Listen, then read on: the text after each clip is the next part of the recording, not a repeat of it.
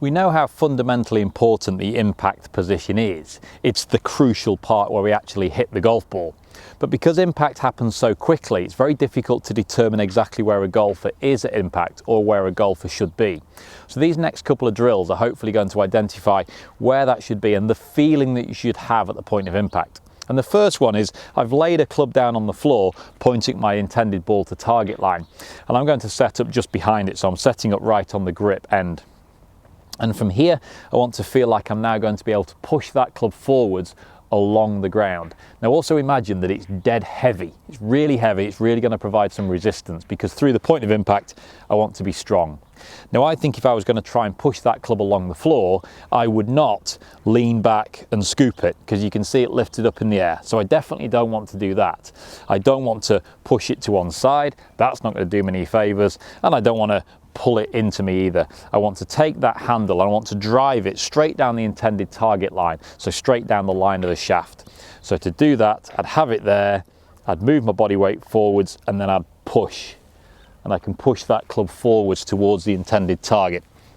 And likewise, setting that up again, holding it there, and driving it forwards. And as I drive it forwards, I quite naturally get into a really good impact position. I turn my hips to generate a bit of force. I don't just push at it with my wrists. I keep my lead arm nice and straight. I even help out a little bit by my trail leg, pushing as I try and drive forwards. So there's my setup. Again, imagine it's really heavy. Imagine it's more difficult to move than it actually is, and try and drive it forwards there. And I can also do this static pressing drill on a driving range. If I'm standing on a range mat, there'll probably be an edge to the range mat. The range mat's really heavy, they're not going to move. So I can put the club up against the edge of the range mat and practice my static press, my impact position, rather than my scooping, lifting, bending arms and all sorts of bad stuff. I'm there and that's my impact position.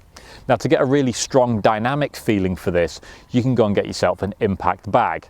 These are circular bags about yay big. You fill them with towels or a duvet or some old bed sheets or something like that. Take it into the backyard and just go ahead and hit that a few times. It's a great way of generating a nice forceful feeling at the point of impact. There's stories of Ben Hogan hitting car tyres up and down driving ranges, moving them about a foot at a time, and then walking after it and hitting it again and walking after it. But that's why he had one of the best impact positions ever, something we all still try and emulate to this day, is this strong impact position, hitting into a car tyre or an impact bag with a nice dynamic feeling. So using a static or a dynamic impact position should help improve that position in training. Then when you come to the golf ball, if you can improve your impact position through the ball, you should start to see better strikes, cleaner contact on the golf club, better divot patterns, higher, straighter, longer golf shots, and hopefully a tighter and better feeling golf swing.